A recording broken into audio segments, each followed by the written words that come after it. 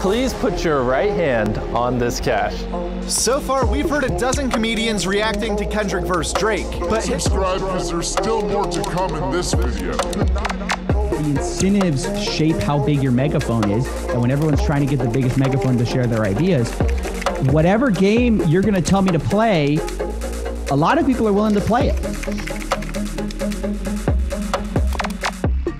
Unless you've been hiding at some Silicon Valley CEO's retreat shelter in deepest Iceland. I want to thank every Amazon employee and every Amazon customer, because you guys paid for all of this. Or sitting in Bonhoeffer's writing shed in the middle of the woods, trying to finish your next project. The word I always use is excavate it, get it to the oxygen where it can burn away and leave. Then you'll be privy to the latest rap beef between Kendrick Lamar and Drake.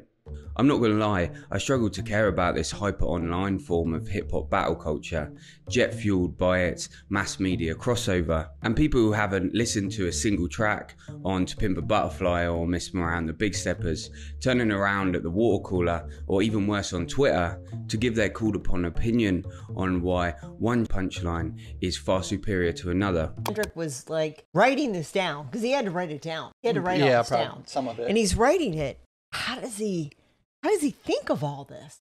Don't get me wrong, I do recognise that to Kendrick himself this might have felt very real, standing on the beaten down battlefront between hip hop and pop, and trying to assert the fact that when it comes to the culture that he believes in and feels like he represents, even in this world of online hyper commercialism, there is still something real there to protect. I hope I don't come across as hateful here, but one of my basic frustrations with how this all blew up in mass culture was the simple fact that when Kendrick speaks about something like the appropriation of the energy of the Atlanta rap scene with people who don't necessarily live with the more day-to-day negative realities of certain parts of that experience, it doesn't take a lot of stepping back to recognize that it's not just Drake in the firing line there. Dropping the top on the billion with the Birdman, yeah, the eagle. Hello mate, what can I get you? Oh yeah, hi, can I get a Frappuccino with extra marshmallows please? Anyway, the reason why I'm talking about this is because there was something significant for me in the early days of this content war, and it came with J. Cole's involvement. Now, I quite like J. Cole, and I'm a big fan of his quite inspirational approach to his craft, which I've actually featured on this channel before. But in the single diss track that he put out in the early days of this clash, as a writer, I found his opinion on the hierarchy by which he rates Kendrick Lamar's albums to be hiding something of an enlightening truth. So what is this coincidental alignment in Cole's rating here that can tell us something interesting about the Cole world and Cole foundations of modern music and how we might better face this tough artistic landscape? Well, that's what I'm going to be getting stuck into here in a minute. But if you'd allow me a short moment to pause here, I generally have something really great to tell you, something that's important for the work that I do on this channel. I've turned down a lot of sponsors that have been approaching me to try and partner on this channel, trying to respect the ridiculous amount of time that I've put myself into these videos and focus on principles around respecting that engagement that I've had with people watching them and the directive principle of maintaining integrity over time. But I've finally been approached by a company that I've used myself in the past and I'm really happy to talk about and recommend you check out. I'm proud to say then that this video is sponsored by Skillshare, the largest online learning community for creatives. I personally first used Skillshare in the pandemic a couple of years back when I wanted to develop my animation skills and get paid more in my freelance work, and have picked it up again more recently to try and overcome a big blocker that I had myself in developing my music. The class that I'm currently going through is focused on Ableton Live 12, and it exemplifies what I like about Skillshare in how extensive and well organised the course is, and how the teacher doesn't have to worry about clickbaiting and can offer a graded step-by-step approach into deeper material. When you join Skillshare, you'll have access to loads of courses from animation to photography to graphic design to music, as well as their new offering of learning paths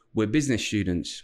If you've been following my channel, you'll know that I've done a lot of work around the struggles for artists who are trying to share their stuff in this toxic world of online content. There's a lot of upsides to the power that the internet's given us to distribute our own work, but it's also really important to recognize that in its current conception, this is essentially a system that favors that business-minded commercial approach. I could talk here about the lessening importance of building subscribers and followers compared with the algorithmic tools of categorizing audiences and suggesting work to them, and the knock-on effect of how artists and creatives struggle to build a kind of reputation or audience now, and instead every piece of work has to go out there and fight it out in a world of trends.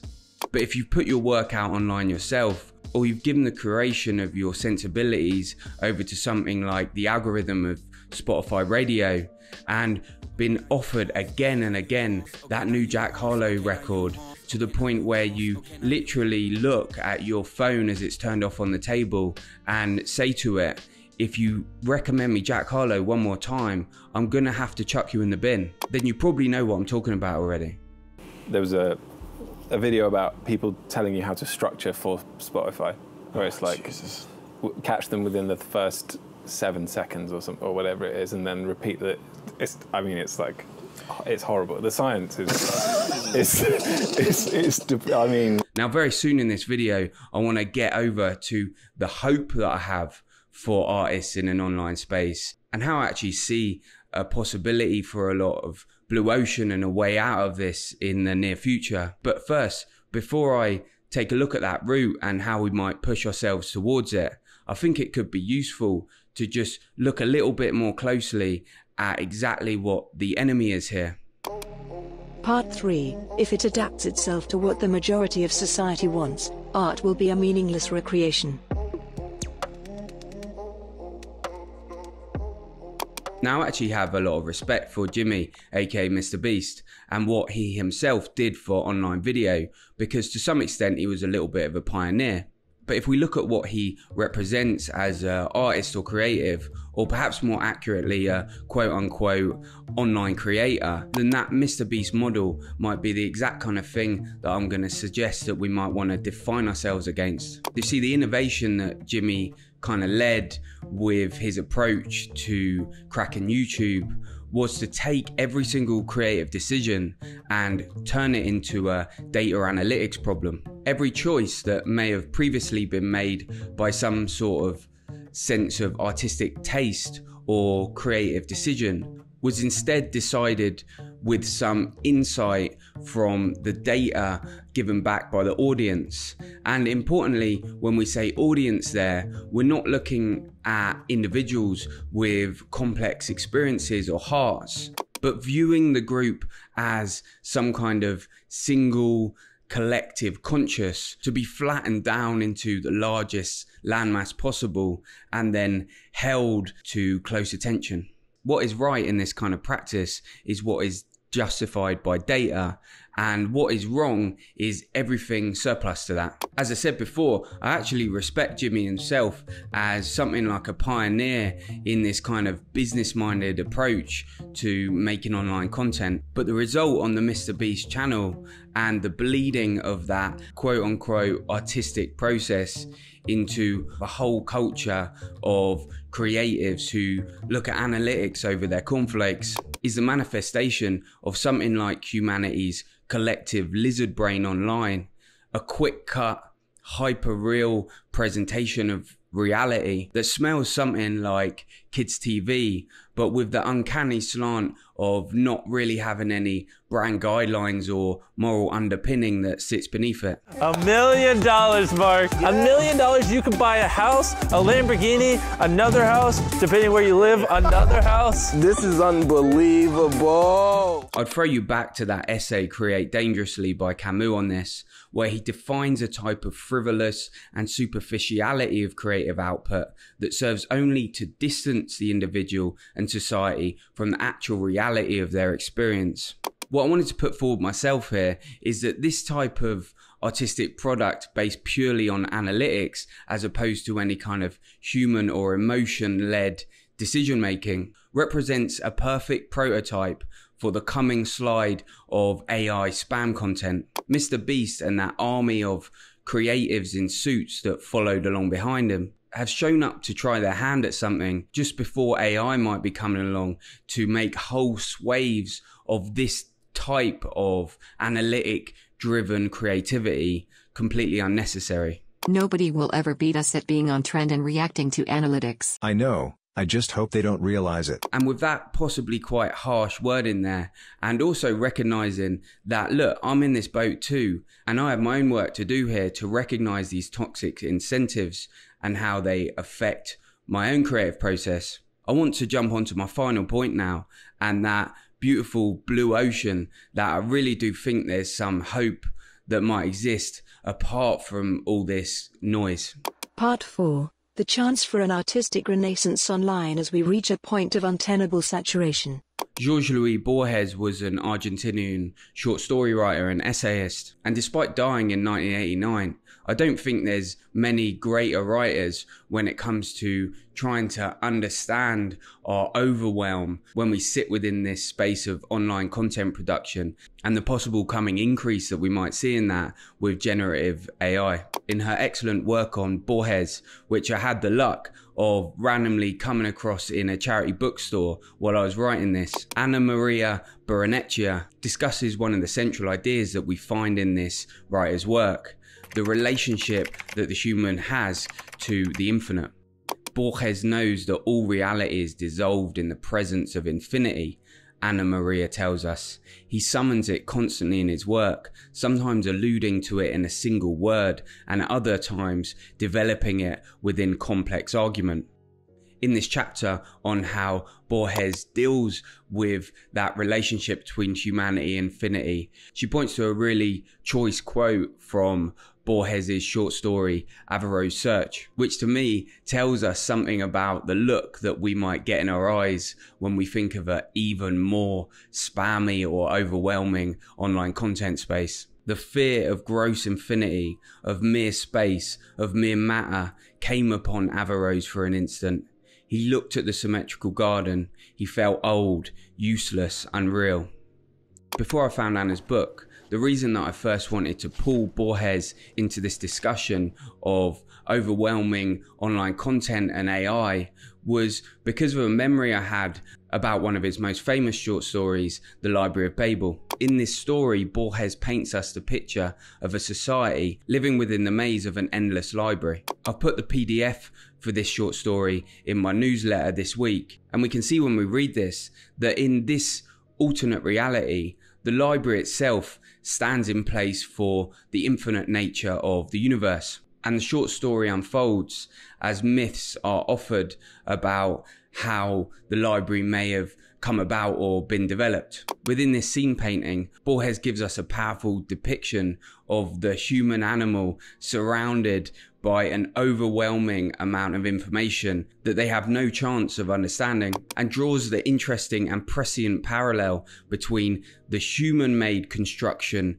of something like the infinite and the infinite universe that we know to some extent exists already. And if you're sticking with me here, I'd offer you this idea that it's within the already developed ability for the human animal to tie their shoelace every day, even with their knowledge of the existential problem of an infinite universe and their own death, that we can actually become empowered to face that idea of AI or an overwhelming amount of human-made information and media. Hey, TT100. What does respect feel like? Respect is something that exists between some humans, driven by... I know all that, but what does it actually feel like? I truly think there's a bit of a chance for online creativity and the incentives that the companies around it are putting forth to those creatives to have a bit of a renaissance in the next period. This idea is built around the fact that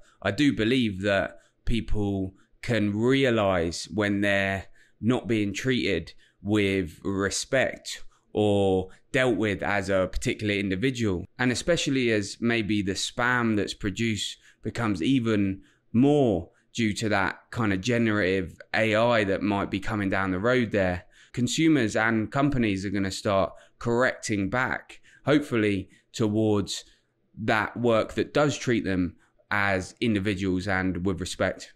I'm going to be discussing these ideas far more in future videos, but for now, if you want to have a bit of a further exploration, I've put a link bank in the newsletter that goes along with this video. If you want to support the work that I'm doing here, there's nothing better that you can do this week than to go check out that Skillshare link. Again, it is absolutely free to do so, and there might be something there that interests you. With all that said, a massive thanks to the paid supporters who are committing to try and help me make the work on this channel. Love to everyone watching to the end here, and yeah, peace. See you next time.